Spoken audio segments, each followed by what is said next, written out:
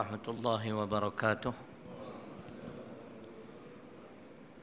Alhamdulillahi rabbil alamin. Salatu wassalamu ala asyrafil anbiya'i wal mursalin wa ala alihi wa sahbihi ajma'in. Rabbi shrah li sadri wa yassir li amri wahlul 'uqdatam min lisani yafqahu qawli.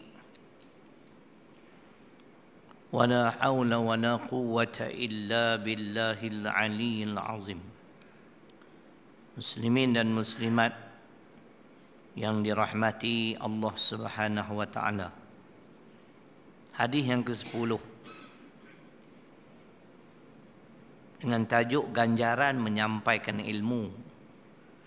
An Abi Umamah al-Bahili radhiyallahu anhu anin Nabi sallallahu alaihi wasallam qala inna Allaha wa malaikatahu wa ahlas samawati wal ard hatta an-namlata fi juhriha wa hatta al-hut la yusalluna ala muallimin nasil khair. Riwayat At-Tirmizi diriwayatkan daripada Abu Umamah al-Bahili radhiyallahu anhu daripada Nabi sallallahu alaihi wasallam, baginda bersabda, sesungguhnya Allah, malaikat dan ahli penduduk langit dan bumi, hinggakan semut di dalam lubang dan juga ikan paus, meliputi seluruh haiwan di darat dan di laut, mendoakan kebaikan ke atas orang yang mengajar perkara baik kepada manusia. Itu di segi pengertian. Jadi hadis yang ke-10 ni tuan-tuan, kalau kita tengok syarahannya, huraiannya, hadis ni dalam kitab Riyadhus Shalihin. Dr. Zahzan ni dia ambil sebahagian, dia permulaan hadis ni yang ke-9 tu. Dia ambil 9 sikit, kemudian dia buat 10 sikit. Sebenarnya satu hadis. Baik. Apa pengajaran yang dapat kita ambil daripada hadis ke-10 ni? Mengikut syarahan para ulama hadis, ada beberapa perkara penting yang Nabi cuba nak sampaikan kepada kita. Yang pertamanya, Islam menganjurkan, makna anjuran supaya kita melakukan sesuatu yang memberi manfaat bagi diri kita sendiri dan juga orang lain. Ini yang pertama. Pengajaran dia, hadis ni mengajar kita ataupun merangsangkan kita supaya kita senantiasa berusaha melakukan sesuatu yang boleh memberi manfaat kepada diri kita sendiri dan juga kepada orang lain. Dalam perkara ini ada sebuah hadis. Riwayat saya tak pasti, tapi banyak ulama meletakkan hadis ini. Hadis yang berbunyi matannya, khairun nas anfa'uhum linnas. Maksudnya, sebaik-baik manusia ialah manusia yang memberi manfaat kepada orang lain. Manusia yang baik ialah manusia mana usaha dia memberi manfaat kepada orang lain, bukan diri dia saja, orang lain pun dapat. Khairun nas anfa'uhum linnas. Sebaik-baik manusia ialah manusia yang memberi manfaat kepada orang lain. Contoh, apa dia manfaat? Sebab tu dalam hadis ini, hadis ini menganjurkan supaya kita selalu berusaha melakukan sesuatu yang boleh memberi manfaat, baik untuk diri kita dan juga kepada orang lain. Di antara contoh, kalau orang-orang dulu, tuan-tuan dan perempuan, ulama-ulama dulu, mereka buka pondok. Nampak tak? Pondok. tempat gedung ilmu. Bukan dia sahaja mendapat manfaat kerana mengajar, tapi orang lain juga mendapat faedah. Nah, saya teringat kalau di Kedah tu, pondok yang paling terkenal ialah Pondok Lanai. Diasaskan oleh seorang ulama, almarhum Tuan Guru Haji Ahmad, Tuan Guru Omar Zuhdi, orang Kelantan. Kalau kita tengok dan kita dengar balik latar belakangnya, Masya Allah, dia berjalan kaki dari Kelantan sampai ke Kedah zaman dulu. Tapi dia ni, almarhum ni, saya dapat kenal dia, alhamdulillah dapat bertemu ketika saya berada di sana. Dia memang seorang yang zuhud. Dia memang tak cakap banyak. Dia ni bahkan dianggap sebagai insan yang Allah banyak bagi karamah kat dia. Sebab orang pernah lihat sendiri dengan mata kepala. Ada benda-benda yang mencari adat. Jadi dia mengasaskan Pondok Lanai. Sampai hari ini masih wujud, tuan-tuan. Itu di antaralah usaha yang baik. Bukan untuk diri dia saja. Sewaktu saya masuk ke Pondok Lanai, beliau dah tak mengajar lagi sebab beliau ada masalah kesihatan. Cumanya jadi rezeki saya 6 bulan selepas saya tinggal di pondok, beliau sudi datang ke rumah saya selepas solat subuh. Betulan pagi itu saya jadi imam. Tinggal kami 2 orang atas madrasah di sana. Dia tak panggil surau, dia panggil madrasah. Saya tanya soalan-soalan agama kepada almarhum. Kemudian saya kata, Tuan Guru, saya minta sila datang ke rumah lah, kita minum kopi ke apa, boleh sembang panjang ni. Dan alhamdulillah beliau setuju tuan-tuan nak pergi. Sedangkan dia tak pernah pergi rumah orang. Rupanya ada benda yang dia nak bagi kat saya. Itulah rezeki. Kan? Saya tak payah beritahu lah, bukan dia nak pergi projek tak ada lah. Kan? Projek pun habis dah. Kan? Tapi inilah kelebihan almarhum. Dan saya mendapat tahu satu ketika pernah berlaku kebakaran. Semua orang tengok, tuan-tuan. Beliau hanya mengambil pasir, kan? Entah apa yang beliau baca, Allah. Beliau buat isyarat. Dengan izin Allah, tuan-tuan, percaya. Tak payah fire brigade lah. Dengan izin Allah, padam api tersebut. Ini di antara yang kata mencari adab. Mungkin orang tak percaya. Setengah-setengah ustaz dia kata bohong. Bohong lah sebab awak tak tengok, orang lain tengok. Kan? Tu cerita dia. Saya tak tengok lah, saya dapat berita, takkan nak bohong. Dia ni memang zuhud lah, tak cakap banyak. Tapi jadi rezeki saya, dia datang ke rumah saya. Sejam, saya ingat lagi. Saya buat kopi, beli goreng pisang pagi tu, tanya bab agama. Jadi sebelum beliau pulang tu, beliau turun, anak tangga ada tangga. Kan rumah-rumah pondok semua ada tangga. Panggil ada beranda. Kan? Di anak tangga yang kedua tu, beliau berhenti sejenak, beliau toleh ke belakang, tengok muka saya. Dia tak cakap anak entah, dia cakap saya ada awak. Walhal dia belajar kat Mekah, tuan-tuan, alim.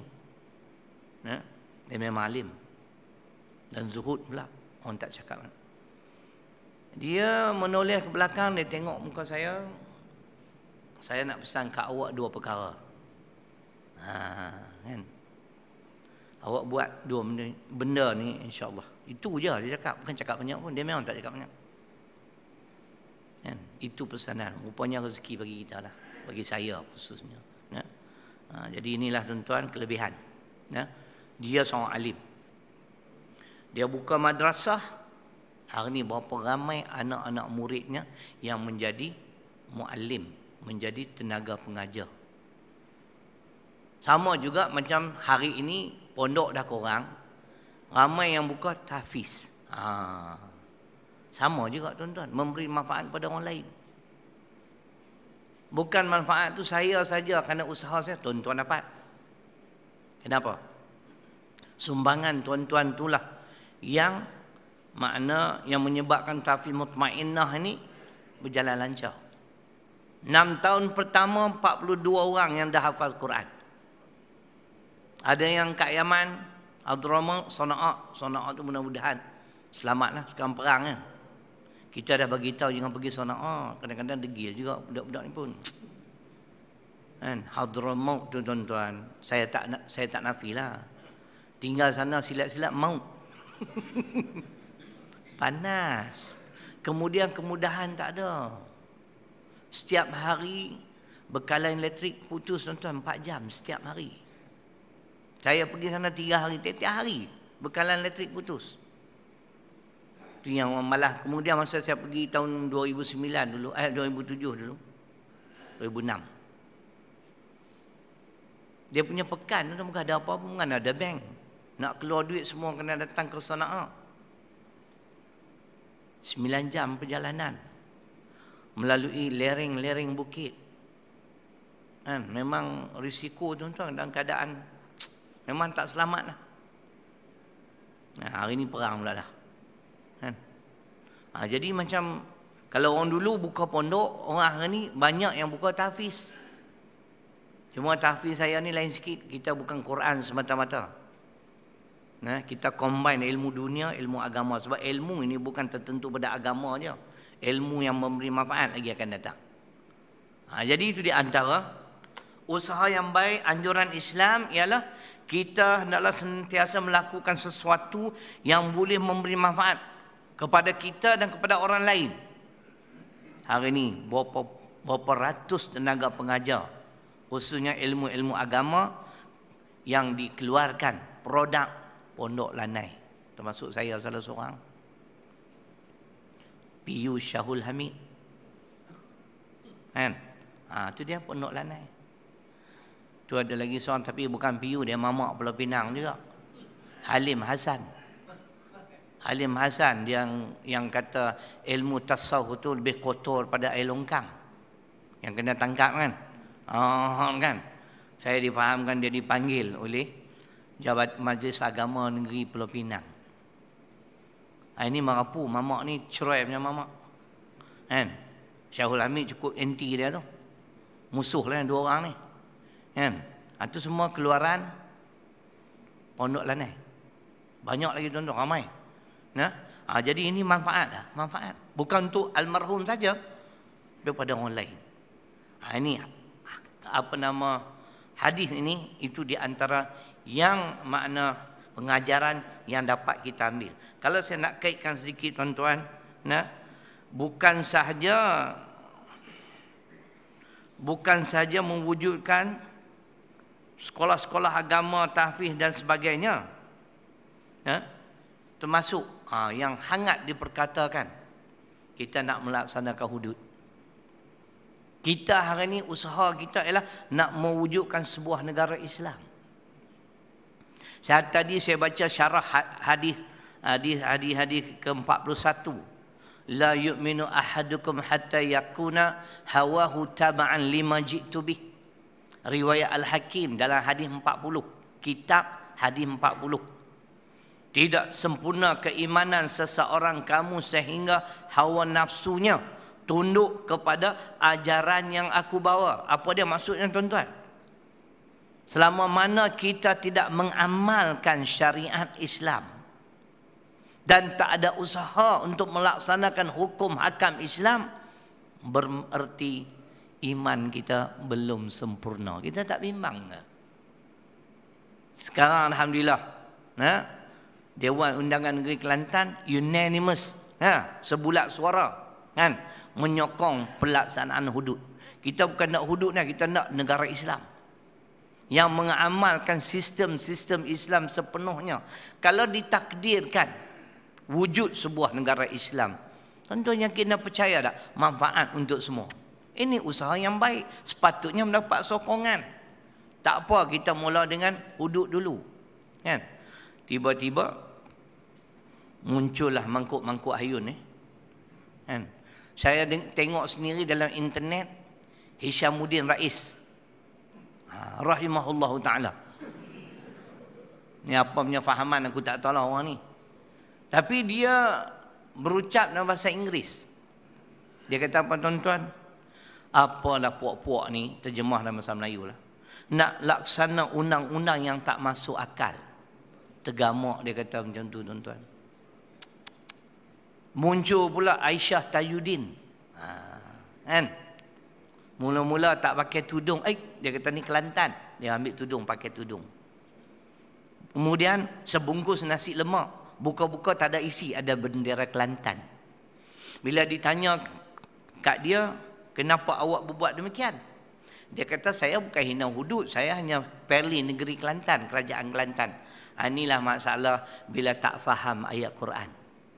Tuan-tuan, ulama mentafsirkan ayat 8 dan 9 surah Muhammad. Walladzina kafaru fata'sallahum wa adalla a'malahum dzalika biannahum karihu ma anzalallah fa ahbata a'malahum. Dah selalu saya baca. Dan orang-orang yang kufur, maka kecelakaanlah ke atas mereka dan Allah mensia-siakan amal-amal mereka. Yang demikian itu adalah kerana mereka membenci, mereka tidak menyukai terhadap apa yang diturunkan oleh Allah, lalu Allah menggugurkan amal-amal mereka. Dalam ayat ni ada perkataan benci. Benci terhadap apa yang diturunkan oleh Allah. Ia tidak memberi pengertian membenci hudud sahaja. Termasuk dalam erti benci, kata ulama, ialah membenci orang-orang, golongan-golongan yang berusaha untuk menegakkan syariat Islam. Dia benci kat kerajaan Kelantan. Kerajaan Kelantan, kerajaan yang sedang berusaha nak menegakkan syariat Islam, berarti dia benci juga terhadap hudud. Dia tak faham. Tapi tak salah dia jugalah kan. Ada mufti-mufti pun tak bahas benda ni. Duk sibuk bahas roti jala ya. Kan? Nabi makan roti jala pula dah. Kan? Cuba bahas benda ni. Nah, saya respect seorang mufti negeri saya, negeri Kedah. Dan sinar harian dia menyuruh supaya umat Islam semua menyokong pelaksanaan hudud. Tu cerita dia. Nah, mufti lain senyap. Hak pelih konon lah. Ulama hadis saya pun pelik. Siapa yang bagi gelaran ulama hadis kat dia? Mufti pelih nama apa? Muhammad Asri Zainal Abidin rahimahullah ta'ala. Siapa kata dia ulama hadis? Saya pening. Bila dia mengaji bidang hadis ni, yang saya tahu tuan-tuan di utara ni ulama hadis seorang je, Dr. Rodi. Tuan-tuan tak kenal dia. Dr. Rodi bukan sekadar ulama hadis, tawaduk pula tu. Masya-Allah. Saya dijemput berkhutbah di sebuah masjid. Ketika saya beri tazkirah sebelum Jumaat, tengok-tengok beliau masuk. Beliau kat orang sini kan, rupanya dia AJK masjid. Kan? Saya pun berhenti tazkirah tu awal sikit sebab Tok Guru masuk. Pergi jumpa dia, minta maaf doktor, saya ni dijemput untuk menyampaikan khutbah. Saya ingat doktor lah baca. Tak apa ustaz. Ustaz baca. Jadi saya ada prepare tajuk memang sedap lah. Beberapa ayat Quran dan 7 hadis. Oleh kerana ulama hadis masuk tinggal 3 ya. Tak berani nak baca. Dia memang ulama hadis. Dia tuan-tuan kalau dia khutbah, dia boleh sebut an tu semua tu betul ulama hadis. Yang perlihnya bukan. Dia belajar kat ustaz ni, kat doktor ni lah sikit-sikit. Dia bukan khusus bidang hadis. Mufti Kedah ya tuan-tuan. Kan? Mufti Kedah. Dia menyeru supaya umat Islam semua menyokong pelaksanaan hudud. Kalaulah takdir satu hari nanti wujudnya sebuah negara Islam, usaha ni baik atau tidak? Baik. Yang kita bahas bukan macam ulama pula. Saya simple je. Yang awak nak tolak hudud tu, awak tu lebih tahu pada Allah lah. Belum cuba, belum tahu kan? Ada pepatah Melayu, belum try, Belum tahu. Bukan belum cuba, belum try. Tu saya pelik, Melayu separuh, Inggeris separuh.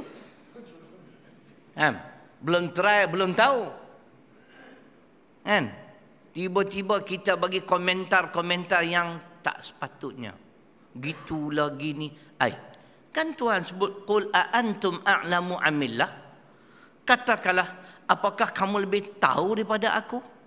Kita nak menolak hudud, adakah kerana kita lebih tahu daripada Allah? Sesuai tak sesuai, berkesan atau tak berkesan? Qul antu'allimuna Allah bidinikum wallahu ya'lamu ma fis samawati wa ma fil ard wallahu bikulli syai'in alim. Al-Hujurat ayat ke-16. Katakanlah, apakah kamu nak mengajar aku tentang agama kamu? Kita nak ajar agama tu apa dia? Agama tu mana undang-undang dan cara hidup. Itu makna agama. Contoh rojok Mustika Hadis. Muqaddimah Mustika Hadis dalam bab agama Islam. Dia hurai apa erti agama. Agama ialah undang-undang dan cara hidup yang ditetapkan oleh Allah. Allah dah tetapkan. Kalau curi kena potong tangan. Apakah kita nak ajar dia tentang agama dia? Sedangkan Allah tahu apa yang ada di langit dan di bumi. Dan Allah tahu setiap segala sesuatu. Kita bahas, ada yang suruh tangguh dululah. Lama dah. Kan? Suruh tangguh pun ada. Jangan buat pun ada. Macam-macam lah. Suara-suara sumbang yang hina pun ada. Kan? Yang sikapi ni pun satu hal. Celaka betul bapak ni pun. Kan? Yang awak sibuk sangat, dia pun bahas juga hudud. Ulama di AP, ulama gerakan, saman terus. Kan? Ada ulama gerakan. Pak Said, ulama gerakan, saman. Dalam parlimen berbahasakan. Kan? Mahfuz kot, Datuk Mahfuz kata. Yang kamu sibuk sangat bukan ada kaitan dengan kamu. Saya bermasa pelik, tuan-tuan. Orang Melayu yang bimbang tentang hudud, bagi saya lah, mungkin yang bimbang tu confirm penyamun atau penyangak. Kan? Saya nak buat contoh lah. Kalau saya yang memandu kereta baik, motosikal baik, ada lesen, ada insurans, ada road tax. Keluar daripada surau ni, bertembung dengan JPJ. Roadblock JPJ. Saya bimbang tak, saudara makna? Saya ada lesen, ada road tax, ada insurans. Kan? Okey, JPJ check. Maksudnya okey, nanda IC pun bawa. 3 kilo, roadblock polis pula. Bimbang? Tak bimbang. Kan? Cuba kita tak ada lesen. Road tax ada tu yang buat U-turn tu. Macam lah tuan-tuan. Kalau yang buat U-turn tu confirm tu. Tutup puak-puak penyangak lah tu. Tak ada lesen lah. Saya kalau di Sungai Petani, saya tak bimbang. Roadblock polis. Semua polis kenal saya. Tiap-tiap kali tuan-tuan. Balik tengah malam. Suluh-suluh. Buka-buka. Assalamualaikum Ustaz. Selamat. Tak payah check lah lesen. Aku nak balik ni. Lewat. Okey, balik. Dia kata, Ustaz datang mana? Datang lawan puak-puak tu. Bagus tak? Bagus. Dia pula kata, sungguh tuan-tuan. Saya kata, Datuk kenal saya. Wih, CD Ustaz tinggi ni dekat rumah. Kan? Kalau kita bukan penyamun, bukan penjenayah, apa yang perlu kita takut? Saya tak baca lah enactment jenayah apa tahu hudud yang nak dibentangkan di parlimen tu. Bagaimana dia punya implikasi terhadap orang bukan Islam. Tapi setahu saya dalam Quran ada 2. Takkan kerajaan Kelantan tak faham kot. Pertamanya, la ikraha fid din. Tidak ada paksaan dalam agama. Yang kedua, Al-Maidah ayat 42. Fa in ja'uka fahkum bainahum aw a'rid anhum. Maka apabila mereka datang pada kamu, hukumlah di antara mereka atau berpalinglah daripada mereka. Ayat ni turun dikaitkan dengan satu peristiwa orang Yahudi berzina. Dihadapkan kepada Nabi sallallahu alaihi wasallam untuk menerima hukuman. Beliau tidak mau dihukum dengan undang-undang Islam. Maka dikembalikannya kepada undang-undang agama dia. Itu au a'rid anhum tu maksudnya berpaling. Mereka diberi pilihan. Ini ayat dia. Al-Maidah ayat 42. Yang dia sibuk sangat kenapa? Tidak. Tu cerita. Tunggu dulu, kita belum laksana lagi, kita belum tegak lagi syariat Islam. Saya yakin dan percaya paling tidak dapat mengurangkan jenayah. Sebab Allah sebut dalam Al-Maidah 38, nakalam minallah. Cegahan daripada Allah. Makna kalau kita nak cegah jenayah-jenayah ni di atas muka bumi Allah ni, mesti kena berpandukan kepada undang-undang dan peraturan pencipta itu sendiri. Undang-undang kita mana berkesan, betul tak? Tak berkesan, tuan-tuan. 15 tahun merengkok dalam penjara. Keluar hari ni, esok sambung balik kerja lama. Kena tangkap pula. Masuk dalam pula. Kalau kena undang-undang Islam lah, kita jangan sebut perompak. Pencuri lah. Potong tangan kanan. Macam. Esok potong pula tangan kiri. Nak curi lagi lah. Kan? Kalau kita bukan pencuri, bukan penjenayah, apa yang kita takut? Itu cerita dia. Sebab tu tuan-tuan, ini benar-benar usaha yang saya yakin dan percaya boleh memberi manfaat. Menegakkan sebuah negara Islam. Nabi pun bersusah payah kerana itu juga. Saya dah baca dulu At-Taubah 40, Al-Qasas 85 dalil. Dalil penghijrahan Nabi daripada Mekah ke Madinah. Tuan-tuan dan perempuan kena rujuk At-Taubah 40, Al-Qasas 85. Tak apalah, biarlah orang kata apa sekalipun. Usaha murni ini akan diteruskan. Sebab Allah janji, tuan-tuan, dalam banyak ayat-ayat Quran. Kalau tidak yang pendeknya, annal arda yarithuha ibadiyas salihun. Sesungguhnya muka bumiku ini akan kuwariskan kepada hamba-hambaku yang soleh. Malaun-malaun yang ada ni bukan nak kekal. Mungkin bukan zaman kita, doktor. Zaman anak cucu kita. Kan? Sekarang saya duk train dah ni. Latihlah cucu saya. Jadi pengganti. Baru setelah 8 bulan. Kan? Latihlah. Nampak dia semangat nak jadi pejuang Islam ni. Kan? Allah dah janji. Tunggu masa dan ketika. Kamu halanglah. Kamu hinalah. Macam Aisyah Tajuddin. Dia perlu taubat tu. Dia kata dia hina kerajaan Kelantan.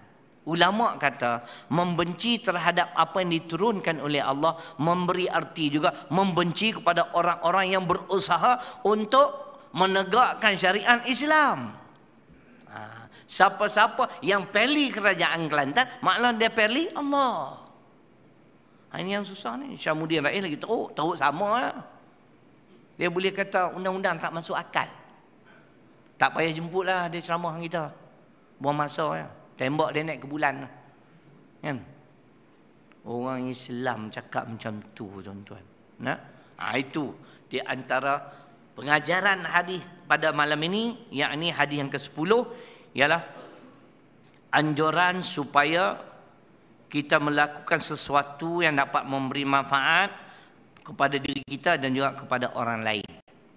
Sesuai dengan hadis tadi, khairun nas anfa'uhum linnas, sebaik-baik manusia yang memberi manfaat kepada orang lain. Yang kedua pengajaran hadis ini, syarahan para ulama ialah menuntut ilmu lebih utama daripada ibadah sunat. Menuntut ilmu ni lebih utama. Kenapa, tuan-tuan? Ilmu memberi manfaat kepada orang yang menuntutnya dan juga memberi faedah kepada orang lain juga. Contoh, bukan ilmu agama saja tau, ilmu dunia. Kita kata dan sebut ilmu-ilmu yang berkaitan dengan urusan duniawi. Ada tak yang memberi manfaat? Ada. Kita jangan fokus kita ilmu agama semata-mata bila baca hadis, ilmu agama. Ilmu dunia penting. Dalam urusan duniawi misalnya, kita sebuah negara yang sedang membangun sebagai contoh. Kan?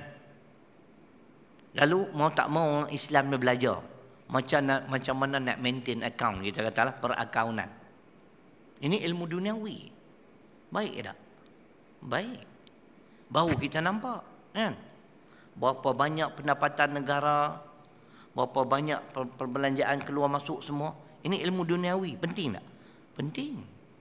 Sebab tu kalau kita ajar pada orang benda-benda macam ni, faedah juga.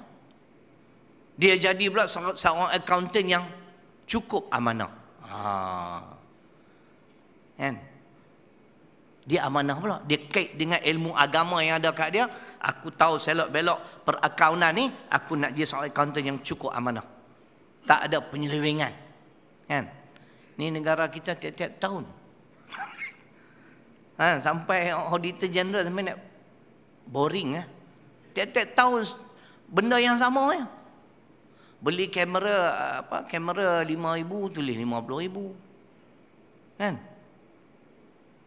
Ni tuan-tuan, bila kita tak kaitkan dengan agama. Cuma sedikit peringatan pada Nabi sallallahu alaihi wasallam, sebuah hadis tuan-tuan dengar baik-baik. Soal amanah jangan diremeh-remehkan. Tuan-tuan yang masih bekerja, dengarlah hadis ni.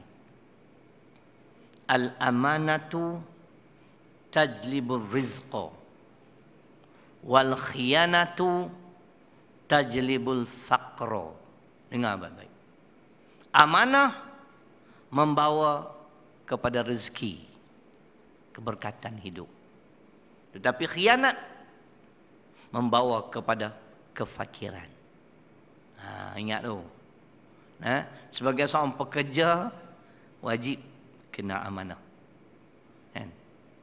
Sebagaimana kisah Nabi Yusuf alaihissalam. Beliau meminta jawatan Menteri Kewangan. Sebab Menteri Kewangan yang ada ni tak boleh dah. Kan? Nampak banyak duk beli habis duit negara. Kan? Bila dia minta jawatan itu, dia mendabik dada dalam dua soal. Inni hafizun alim.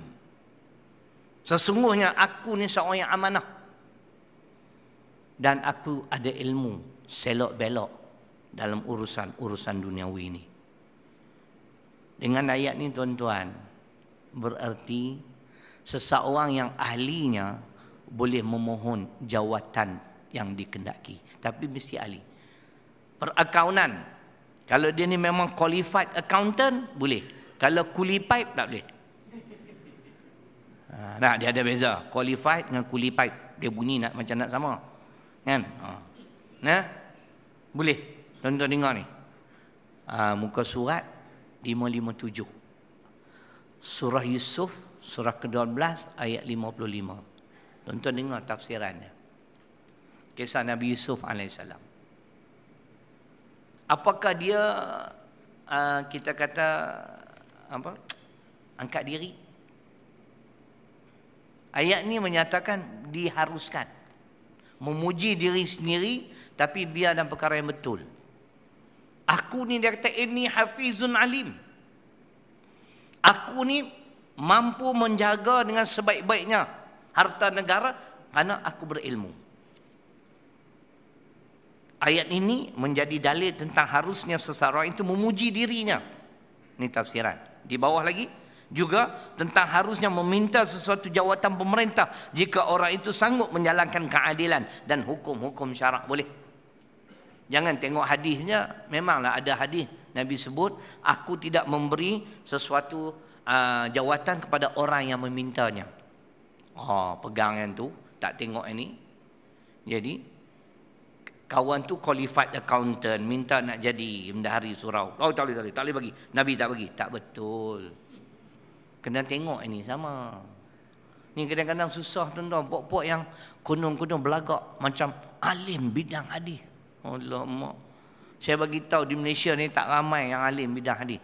Yang saya tahu dua ya, Dr. Rodi dan juga Dr. Abdul Basit. Tu bidang hadis. Kan? Kalau yang lain walaupun ada doktor, dia bukan bidang hadis. Kan? Nabi kata tak boleh. Dia pegang dengan hadis tu. Quran tak nak tengok langsung. Ni ulama tafsir boleh.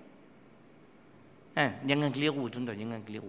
Jadi pengajaran yang keduanya, hadis pada malam ini ialah tentang ilmu yang memberi manfaat ni. Makna menuntut ilmu itu amat-amat digalakkan. Walaupun ilmu tu ilmu dunia. Kalau selamanya dia boleh memberi manfaat macam hari ni tuan-tuan, saya tak bawa benda tu. Hari ni punya mudah.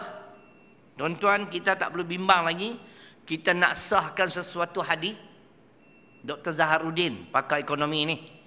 Dr. Zaharuddin apa tu? Yang dulu gamis ke apa? Dulu kan?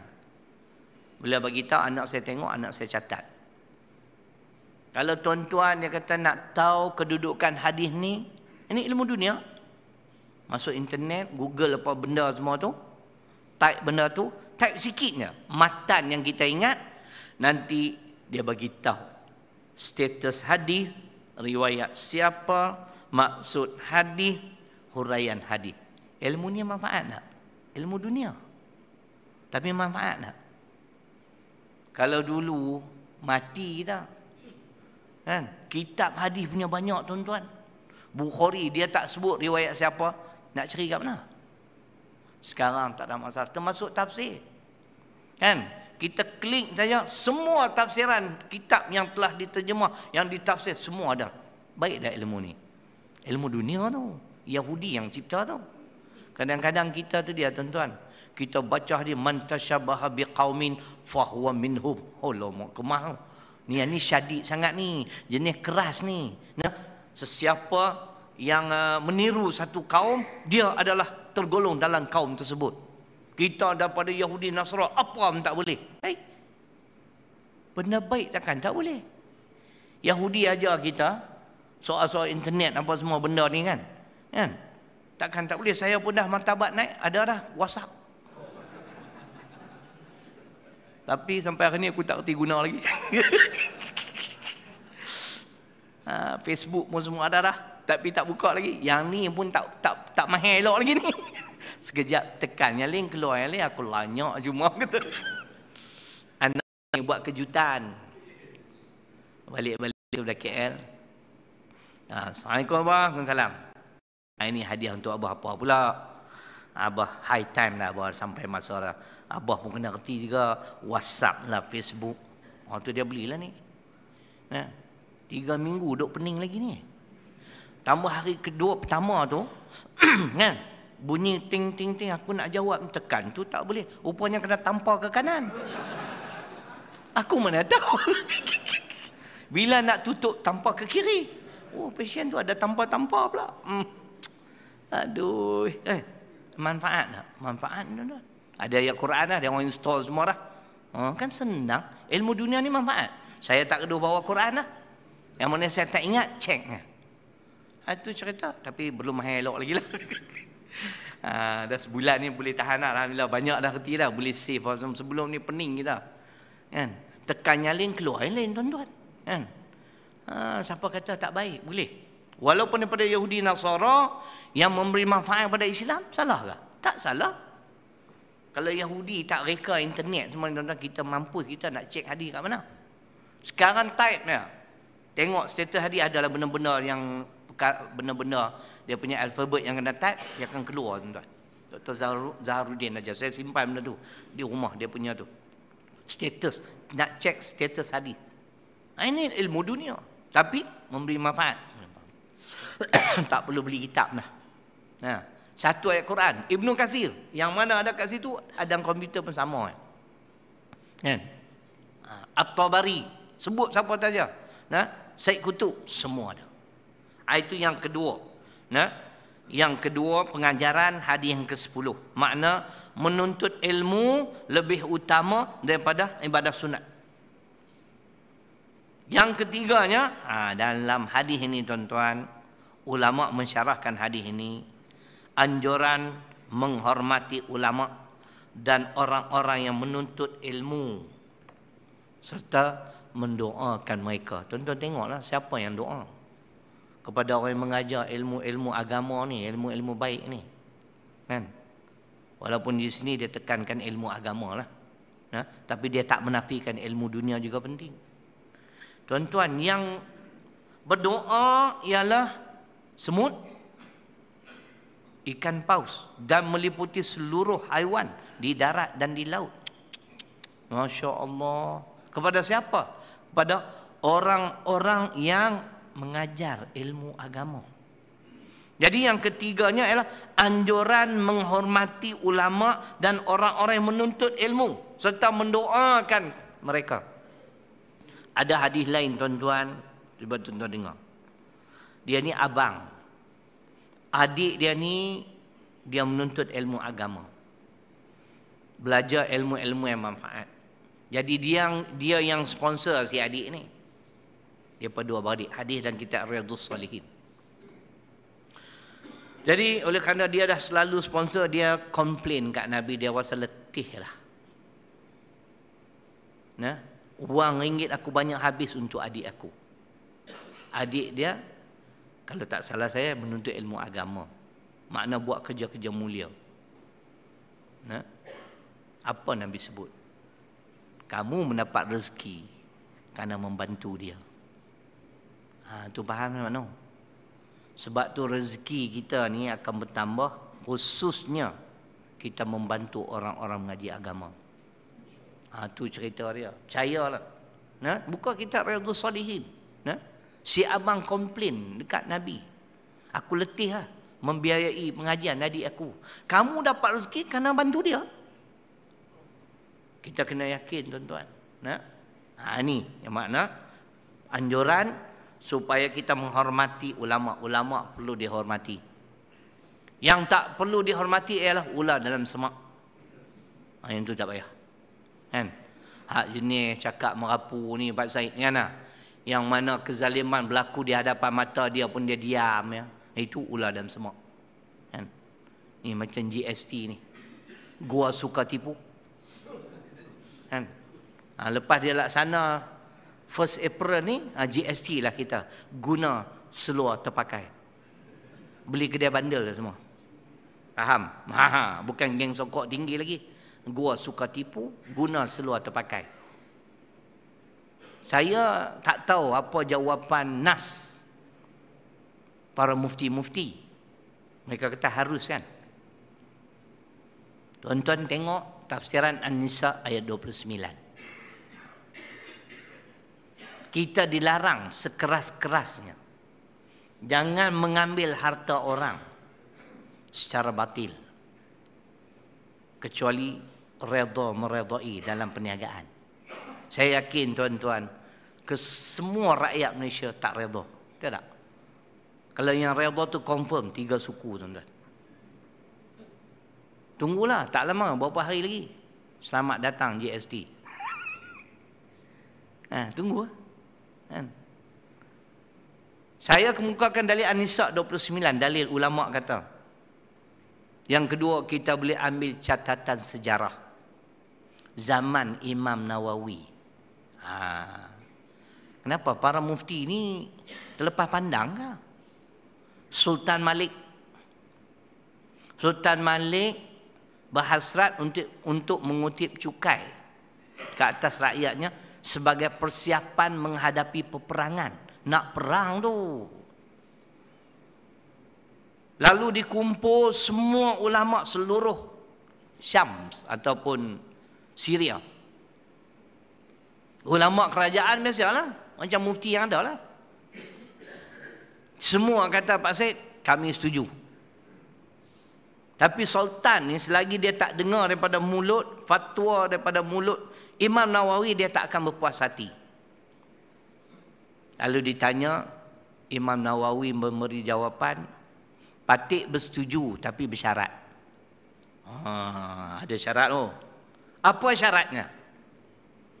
Tuanku, menteri-menteri tuanku, gundik-gundik, pekerja-pekerja, semua kaya raya.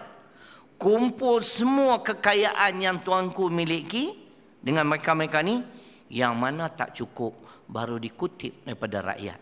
Tu dia. Wah. Sekarang ni terbalik. Kita yang menjadi mangsa. Dia orang set rambut pun 1,200. Pergi kedai set rambut kan. Hidup mewah. Beli jet pula baru lagi. Kan? Tu apa bagi apa sewa pula kat kerajaan. Untung atas angin mah. Tak reti-reti orang Shah Alam ya cerdik ni. Orang Sungai Petani tak boleh pergi tuan-tuan. Mangkuk Ayun. Hang ceritalah politik, dia kata kita fitnah. Pasal orang Melayu ni, Datuk, lagi dia boleh menterka darah, dia tak apa. Esok dah tak boleh makan, makna baru dia nak naik angin. Naik angin pun nak naik angin macam mana? Hang tak menterka darah banyak hari, nak mampus lah. Tenaga pun tak ada dah nak lawan. Aduh, panggil orang Melayu ni bila nak berubah. Kenapa dia orang tak tengok catatan sejarah ni? Ini persiapan untuk menghadapi peperangan. Tak tahulah ada seorang korporat beritahu kat saya, Ustaz, mana-mana negara yang melaksanakan GST, kerajaan dia tumbang lepas pilihan raya. Mudah-mudahan lah, petanda-petanda kan. Amin nampak pangkah juga dia. Tu yang tak menang. Pak Syed, amin, pangkah ya. Marah punya pasal pangkah dia pula. Orang jangan pangkah dia. Kan? Jadi saya rasa pelik lah. Kita ada dalil Quran. Kita ada catatan sejarah. Kan? Mufti ambil apa dalil saya pun tak tahu. Tapi katanya harus. Mungkinlah harus sana, harus sini. Kan? Kan? Semuanya, segalanya harus. Kan? Itu yang ketiga. Yang ketiga, pengajaran hadis ke-10, makna anjuran menghormati ulama dan orang-orang yang menuntut ilmu. Ya? Kami di sekolah tu alhamdulillah ada juga hamba-hamba Allah yang prihatin, yang sponsor anak-anak yatim. Jadi bolehlah kami dapat sikit. Walaupun kami anak yatim, kami bagi belajar percuma, tapi dia tak pahala. Kan? Dia tolong bayar yuran. Cuma saya beritahu kat pelajar tu, entah kena belajar rajin-rajin. Ni ada orang sponsor ni. Kan? Bertepatan dengan pengajaran hadis malam ni. Bukan sekadar menghormati ulama dan penuntut-penuntut ilmu, tapi hendaklah mendoakan kepada mereka. Tengok tahun ni tuan-tuan, bulan lepas saya tak datang kan. Kita kehilangan seorang negarawan dan ilmuwan Islam yang tak dinafikan lagi tuan-tuan. Di antara yang terhebat, yang terunggul dalam negara kita khususnya. Ini pengakuan Perdana Menteri ni. Betul tak? Sehingga kan TV9 kot tunjuk cerita almarhum Tunku Ni Abdul Aziz daripada mula hingga meninggal dunia. Tapi cuma masa hidup dulu dia orang tak mengaku dia alim. Lepas meninggal baru dia mengaku. Esok saya mati pun Najib kata macam tu ya. Kita kehilangan seorang lagi pendakwah yang tegas dan berani menyatakan kebenaran walaupun selalu dia lanyak kita. Syarilung. Masa hidup hang tak mau mengaku, Mangkuk Ayun. Kan? Tuan-tuan, memang betul kita kehilangan. Tapi saya cukup yakin tuan-tuan, sebab benda ni bukan boleh dilakonkan. Nak jadi seperti Allah Yarham tu bukan boleh berlakon, tuan-tuan. Lakonan dia tak tahan lama. Yang saya kagum tu bila dengar cerita dalam CD tu, Ustaz apa? Anak saudara dia tu, Ustaz Ahmad Dasuki. Dia disuntik dengan pelali kan. Tapi setiap kali masuk waktu solat, beliau terjaga. Sebab apa? Sebab dia memang jaga waktu solat. Di dunia pun Tuhan tunjuk ubat belali tu pun kalah tuan-tuan. Saya pernah kena, saya tahulah. Saya operation bulan 1 itu. Doktor kata, okey sana kita nak mula Bismillahirrahmanirrahim 3 kali. Kan? Dia bagi injection, okey Ustaz, kali ke belakang, dia pun selak punggung saya. Kan? Saya tak sedar dah mana. Jangan depa selfie sudahlah. Tak sedar tuan-tuan. Punya cepat ubat pelali tu. Saya ingat tak sampai 30 saat. Saya sedar 11.30 pagi. Saya masuk operation theater pukul 10. Aku ni kat mana ni? Awak kat mana? Awak kat mana? Tertanya-tanya pula. Kan? Tertanya-tanya kat mana aku ni? Tapi saya tak boleh bayang almarhum hebat tuan-tuan. Kita baca sikit sejarah dia tuan-tuan, seorang ulama. Kan? Kita buat dalam makna dalam angka yang genap lah, senang. Selama 16,000 hari, 16,000 malam, beliau hanya tidak bertahajud 3 malam saja. 15,997 malam beliau bertahajud. Yang 3 malam tu tak bertahajud kerana uzur. Kita makna tahajud 3 malam ya. 15,997 malam berdengkur. Aduh. Kan? Patut sangat kita tengok apa sewaktu meninggal tu apa nama? Awan mendung kan. Allahu Akbar, puluhan ribu orang solat jenazah tuan-tuan. Kalau tengok dalam hadis sahih, takkan dalam puluhan ribu tu tak ada 40 orang. 40 orang yang solat jenazah yang tidak pernah mempersekutukan Allah, mana akidah mereka benar. Walaupun yang mati tu tuan-tuan, orang yang tak baik, tetap mendapat syafaat. Tambah yang meninggal tu orang dah memang dah baik pula. Yang datang solat 50,000 takkan tak ada 40 orang. Allahu Akbar tuan-tuan. Kan? Memang kita tak nafi. Najib pun mengaku kita kehilangan seorang ilmuwan Islam yang hebat. Kan? Cuma waktu hidup dulu dia orang tak boleh mengaku cerai ya. Kan? Dia kata dia sesat lah, gitu ni lah, keluar kenyataan yang tak betul lah kan. Sehingga Jakim terpaksa pergi bertemu dengan almarhum, tapi bukan di pejabat tuan-tuan. Orang Kelantan kata di hotel, tentang apa nama Tuhan Samsing. Jumpa di hotel, Tuan Guru bagi penjelasan, Jakim membalik terus jadi jakun. Kan? Nak buat macam mana? Dia cakap dia tahulah tuan-tuan, bukan calon-calon orang. Kita doalah mudah-mudahan. Walaupun beliau telah meninggalkan kita, moga-moga di masa-masa akan datang negara kita bakal melahirkan lagi ramai ulama-ulama yang boleh mengikuti jejak langkah beliau. Yang keempat, hadir pada malam ini jelas dengan tajuk ganjaran menyampaikan ilmu. Tidak dinafikan. Semut, ikan di laut, semua haiwan-haiwan mendoakan kepada orang yang menyampaikan ilmu agama tuan-tuan. Masya Allah. Kan? Saya syukurlah saya di antara penyampai ilmu. Walaupun tak alim kan. Tapi moga-moga mudah-mudahan. Tuan-tuan dia gini ya. Nabi puji 4 golongan je. Saya pun cakap Terengganu 4 golongan pula lah. Baru balik pada Terengganu. G tu payah nak gugur. Kan? 4 golongan saja. Pertamanya ialah mu'alim. Nabi memuji orang yang mengajar. Orang yang belajar. Ni bawa buku catatan, buka kitab. Orang yang mendengar. Tak ada kitab tapi dia dengar. Yang keempat, orang yang suka kepada orang yang mengajar, belajar dan mendengar. Yang empat, Pak Syed. Jangan jadi yang kelima Pak Syed, mangkuk ayun. Mengajar pun tidak, belajar pun tidak, mendengar pun tidak, suka kepada ketiga-tiga golongan tadi pun tidak. Ini memang mangkuk lah.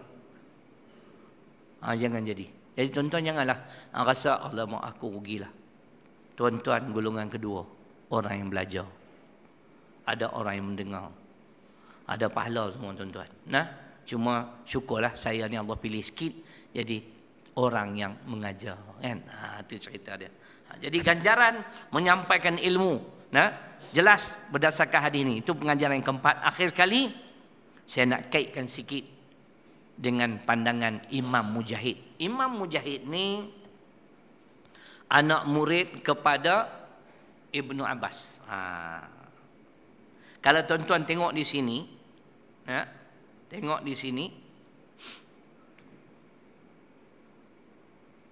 sesiapa yang mengajar ilmu agama ini mendapat kelebihan-kelebihan yang tertentu. Sehingga semut, ikan paus, semua haiwan-haiwan berdoa kepada dia. Masya Allah.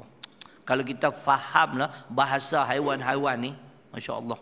Tapi saya kadang-kadang perasan macam saya faham juga tuan-tuan. Betul. Saya cam tuan-tuan. Kalau lembu bunyi tengah malam, ada musibah yang bakal menimpa. Ini sebab kerap berlaku di tempat saya. Kalau berturut-turut malam bunyi tu, ada benda lah, kena standby. Kemudian berlakulah ribut tuan-tuan hari itu di Sungai Petani. Kemudian banjir besar. Kita tak faham bahasa dia kan. Apa dia kata wallahu a'lam lah kan. Tapi dalam hadis ni kata betul. Ikan, semut, semua berdoa. Tetapi ingat kata Imam Mujahid rahimahullahu taala. Sesiapa yang menyembunyikan ilmu pengetahuan agama juga dilaknat oleh ikan, semua haiwan yang ada. Ni terbalik tuan-tuan. Jangan kita baca ni, oh sedap kita mengajar semua binatang haiwan berdoa pada kita. Tapi kalau kita menyembunyikan kebenaran, kita dilaknat oleh seluruh haiwan, makhluk yang boleh melaknat. Jadi ada ayat Quran tuan-tuan yang saya rojok, Imam Mujahid sebut Al-Baqarah 159. Mungkin nanti hadis ke-14 kita akan bertemulah dengan hadis yang menyebut menyembunyikan ilmu agama ni mendapat amaran ataupun bakal ditimpa musibah di akhirat kelak. Allah berfirman, innal ladzina yaktumuna ma anzalna minal bayyinati wal huda min ba'di ma bayyanahu lin-nasi fil kitab ulaika yal'anuhumullah wa yal'anuhumul la'inun. Al-Baqarah 159 inilah hujah Imam Mujahid. Sesungguhnya orang-orang yang menyembunyikan apa yang diturunkan oleh Allah, apa dia? Al-Quran diturunkan oleh Allah kepada umat manusia. Setelah kami menerangkan isi kandungannya kepada manusia, tapi mereka menyembunyikan. Mereka ini dilaknat oleh Allah, dilaknat oleh seluruh makhluk yang boleh melaknati mereka. Ini bahaya pula tuan-tuan, bila menyembunyikan ilmu pengetahuan agama. Kadang-kadang saya duk fikir yang tadilah, dalam soal GST tu. Kan? Kita, sebab kita parti pembangkang, semua kata haram. Siap dengan dalil. Yang menyokong parti pemerintah kata harus. Apa dalil nampak? Kalau ada orang ada dalil, kita boleh terima. Tapi saya bimbang kerana menyembunyikan kebenaran ni pun tak bimbang. Cuba sama-sama renung tengok. Lagi akan datang hari ke-14, kita akan bertemu tuan-tuan. Balasan kepada orang-orang yang menyembunyikan ilmu agama. Sebab itu, jangan kita tertarik pada orang yang mengajar didoakan oleh haiwan. Tetapi haiwan juga melaknat sesiapa yang menyembunyikan kebenaran agama Islam. Sebab itu dalam Islam tuan-tuan kena cakap benar ya. Kan? Soal orang nak marah, marah. Saya syukur pada Allah 3 minggu lepas. Saya pergi ke kawasan di Nibun Tebal tu, Pulau Pinang, untuk menyampaikan khutbah Jumaat kali pertama masjid tu. Sebab ada seorang tua kat sana. Dia ni berjubah berserban. Tapi dia biadab sikit. Dia kata apa tuan-tuan, banjir besar yang melanda negeri Kelantan tu kerana kerajaan Kelantan terhege-hege sangat nak laksana hudud. Jadi bila saya dengar tu saya nak ingin juga. Saya pergi buat ceramah perdana. Dia kata okey, aku bagi satu slot untuk khutbah Jumaat. Dia confirm datang. Jadi kita nak jawab dalam ceramah perdana, memang dia tak hadir pun.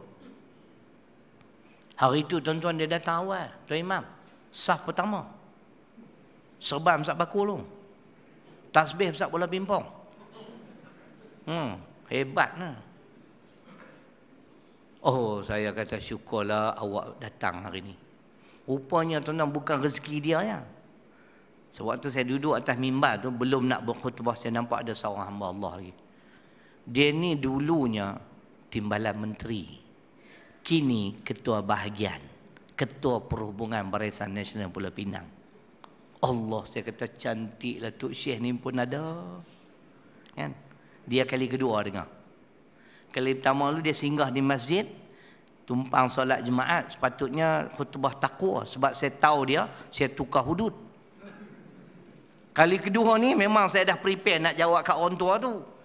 Batas-batas iman dan kufur. Si Pulan ni puji tak tahu sama dia ada peli ke. Dia tahu Ustaz, hari ni khutbah power. A. Dia pun kata A. Memang dia tak tidur tuan-tuan. Nah, bekas timbalan menteri, saya tak nak sebut nama dia lah. Kali kedua dia dengar khutbah saya. Dia kata patut ustaz panjangkan sikit lagi. Macam peli ya. Kan? Tapi bagi saya syukur. Saya dah sebut benda-benda yang wajib disebut.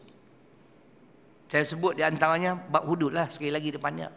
Ada orang yang tak yakin, ada yang mempersendak-sendakan hudud. Ini hukum apa, hukum ni lapuk. Ini semua membatalkan iman dan Islam. Kita kena gentleman tuan-tuan, jangan takut dalam nak menyampaikan ilmu. Selama mana kita bercakap benar, ganjaran pahala ni. Kita tak sembunyikan ilmu. Betul tak? Rupanya dia duduk, dia tinggal kat kawasan tu. Jadi orang tua Serban tu pun KO lah hari tu. Kita bagi dengan dalil Quran, kan? Satu kampung tu tuan-tuan puas hati. Hari ni memang A-nya ustaz. Saya kata jangan puji saya, syukur pada Allah. Allah bagi ilham, kita mampu berhujah dengan Quran hadis. Inilah hadis yang ke-10 tuan-tuan. Untuk malam ni insya-Allah kita akan sambung hadis ke-11 ke-12 ni ada persamaan, dan dalam topik 11 ke-12 ni ada benda-benda penting yang Nabi cuba nak sampaikan kepada kita semua insya-Allah bulan hadapan.